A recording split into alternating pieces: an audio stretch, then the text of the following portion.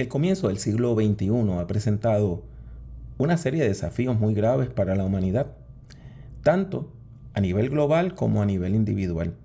Todos nuestros pueblos han sufrido durante este primer cuarto del siglo XXI. El siglo comenzó, si recuerdan, con los ataques terroristas de septiembre 11 del año 2001 en los Estados Unidos. Y de ahí se desató una larga guerra en países mayormente islámicos, que en alguna medida se ha vuelto permanente. La economía también ha sufrido mucho, ha pasado por varias crisis y ahora todo se ha empeorado debido a los estragos financieros causados por la pandemia, la del COVID-19, que nos afectó en los años 20, 21, 22 y de alguna manera todavía nos sigue afectando. Esto también va acompañado de otro fenómeno, que es el auge de un nacionalismo nativista, no solamente en Estados Unidos, sino en varias partes del mundo. Y estamos viendo personas que se están enamorando de la idea de tener dictaduras, de tener gobernantes autócratas. Y eso es sumamente preocupante.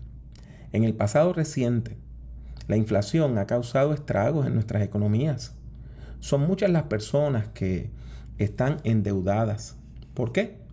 Porque lo han perdido todo, han perdido sus trabajos, han perdido sus propiedades, han perdido sus casas. Y tanto gobiernos como individuos están al borde de la quiebra. Hay inseguridad económica y eso causa ansiedad y en ocasiones puede causar hasta violencia. La gente que tiene miedo de perderlo todo pasan los días con grandes preocupaciones y las noches a veces las pasan en vela. Es mucha la gente que pregunta, ¿dónde está Dios en este panorama tan difícil? ¿Habrá una buena noticia en todo esto? Pues sí la hay. La buena noticia es que la gente de fe sabe a quién acudir en tiempos de crisis. El pueblo cristiano busca refugio. ¿En quién? En Dios. En lugar de escuchar las voces de este mundo, que son pregoneras del desastre, las personas creyentes deben escuchar la voz del Dios creador. Debemos escuchar su voz por medio de la lectura y del estudio de la Biblia, de las Sagradas Escrituras. Cuando leemos la Biblia no encontramos cuentos de hadas, sino que encontramos historias reales. Y por medio de esas historias comprendemos que el pueblo de Dios siempre ha enfrentado grandes desafíos. Desde la primera pareja, Adán y Eva fueron tentados por la serpiente antigua. Noé enfrentó el diluvio. Abraham tuvo que enfrentar el exilio dejando su hogar y peregrinar a otro país. José fue humillado por sus propios hermanos, encarcelado injustamente en Egipto. Moisés huyó a Madián, escapando de sus perseguidores. Josué encontró gigantes en la tierra prometida. Y David fue perseguido no solamente por ejércitos extranjeros, sino por el propio rey de Israel, el rey Saúl, quien también era su suegro. Por lo tanto, en la Biblia encontramos varias historias donde personas de fe enfrentan problemas. Pero quizá el desafío más grande que enfrentó el pueblo de Israel fue el exilio babilónico. ¿Qué quiero decir con esto? Quiero decir que el antiguo reino de David y de Salomón se dividió y de Israel salen dos países. Y básicamente están divididos por la ciudad de Jerusalén. Al norte de Jerusalén se encontraba el reino de Israel, cuya capital era la ciudad de Samaria. Y este reino agrupaba unas 10 tribus. Al sur se encontraba el reino de Judá, cuya capital era precisamente Jerusalén. Y este reino solamente agrupaba 2 tribus, Judá y Benjamín, y era gobernado por descendientes directos del rey David.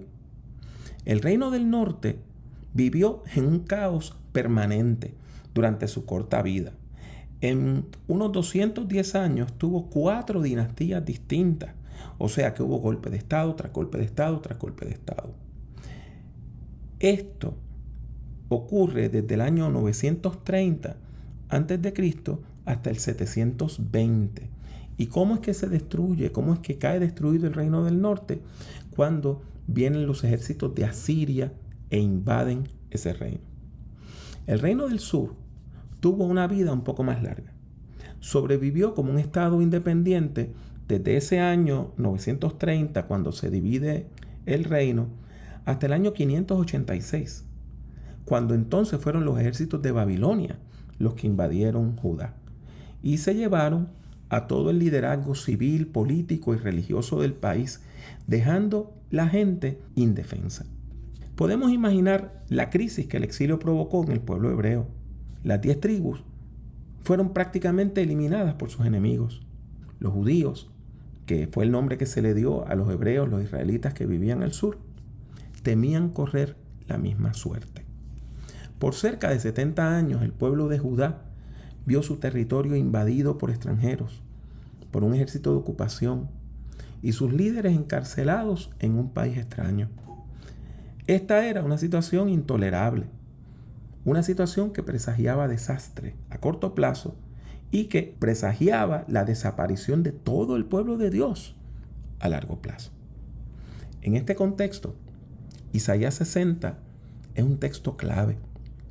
Se cree que fue escrito poco después del exilio, cuando parte del pueblo de Israel que estaba cautivo empieza a regresar a su país. Estaban emigrando de vuelta a casa, de vuelta a Jerusalén y a Judá. Aunque el retorno a casa debía ser motivo de celebración, en realidad se convirtió en un motivo de preocupación. La gente se hacía preguntas tales como: ¿qué recursos vamos a utilizar para reconstruir la ciudad de Jerusalén? ¿Dónde podemos obtener semilla para sembrar, alimento para el ganado? O sea, ¿cómo vamos a sobrevivir la crisis económica que nos azota? Y es en este contexto cuando nosotros encontramos Isaías 60, un texto que contiene un llamado a la esperanza. Así como me escuchan, un llamado a la esperanza. En medio de la crisis y de la lucha por la vida, Dios levanta a su pueblo. Dios levanta a su pueblo por encima de la opresión y le ordena al pueblo que se levante. ¿Sí? Así como escuchan. El versículo 1 dice: levántate, resplandece. Tu luz ha llegado. Ya la gloria del Señor brilla sobre ti. Levántate, resplandece. Y usted se dirá: ¿por qué Dios le dice eso si la gente estaba sufriendo? Mis hermanos y hermanas, Dios conocía perfectamente la situación de su pueblo, como conoce perfectamente su situación y la mía. Cuando Dios le da la palabra profética a Isaías, Dios conoce que la situación política del país es tenue, la situación social es difícil, la situación económica es crítica. Dios sabe todo eso. Ahora, Dios también sabe que, aunque de acuerdo a los criterios humanos no hay esperanza, por medio de la fe hay un futuro de gloria. Dios es realista y le dice al pueblo: la tierra está cubierta de tinieblas y una densa oscuridad envuelve a las naciones. Eso está en la primera parte del versículo 2 del capítulo 60. Sin embargo, aquí es que Dios empieza a manifestar su gloria, porque Dios empieza a utilizar criterios muy distintos a los que usa la gente del mundo para juzgar. Mientras las personas que no tienen fe ven todo con ojos carnales, Dios juzga de acuerdo a los valores espirituales, a los valores del reino de Dios. Mientras la gente se desespera, Dios ofrece palabras de paz y palabras de esperanza. Mientras la gente prefiere quedarse estancada en sus fracasos, el Dios de la vida nos exhorta y nos dice: pero sobre ti brilla el Señor como la aurora. Sobre ti se puede contemplar su gloria. Tu luz guiará los pasos de las naciones. Los reyes se guiarán por el resplandor de tu aurora. Qué palabras hermosas, ¿verdad? El llamado de Dios se basa en estas promesas. Estas promesas se basan a su vez en el carácter de Dios. O sea, ¿quién es Dios? ¿Cómo es Dios?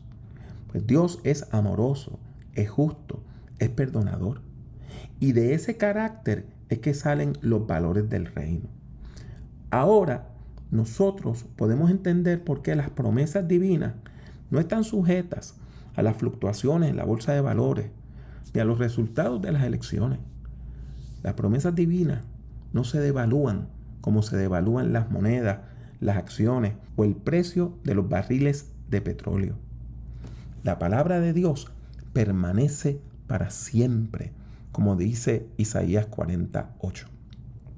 Sobre esta base, Dios le sigue dando palabras de esperanza a su pueblo y le dice: levanta la vista y mira a tu alrededor.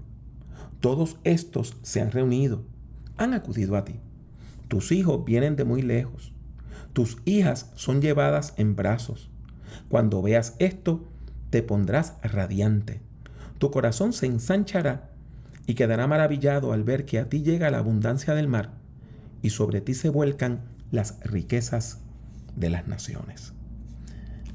Así vemos cómo, por medio de la fe, esta antigua promesa llega al pueblo de Israel. Pero esta promesa no ha caducado. Sigue vigente. Esta antigua promesa sigue vigente no solamente para el pueblo de Israel, sino para todas aquellas personas que se acercan a Dios y le buscan con fe. La palabra que Dios dio por medio del profeta Isaías en el pasado es palabra de Dios para nosotros hoy. La profecía dada por Dios en tiempos de crisis a los israelitas es palabra de Dios en los tiempos de crisis que podamos enfrentar hoy. Sobre esta base, la palabra de Dios nos exhorta. Mi hermano, mi hermana, escuchemos la voz de Dios. Escuchemos la voz de Dios. En medio de la crisis, vamos a afinar el oído y vamos a escuchar cómo Dios nos dice a cada uno, a cada una: levántate, resplandece. No permitas que la crisis te abata. No permitas que la esperanza muera. No permitas que los problemas te paralicen. Levántate, resplandece. No le tengas miedo a la crisis. No le tengas miedo a la escasez. No le tengas miedo a los días grises, porque Dios, el Dios creador, el Dios todopoderoso, hoy te dice: levántate. Así que levántate en el nombre de nuestro Señor.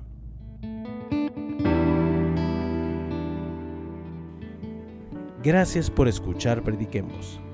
Puede encontrar otros escritos, audios y videos del Dr. Jiménez en su página personal www.drpablojimenez.com. Siga al Dr. Jiménez en Twitter, Instagram y YouTube. Sintonice Prediquemos y comparta nuestros enlaces con sus amistades. Que Dios le bendiga mucho y que Dios le bendiga siempre.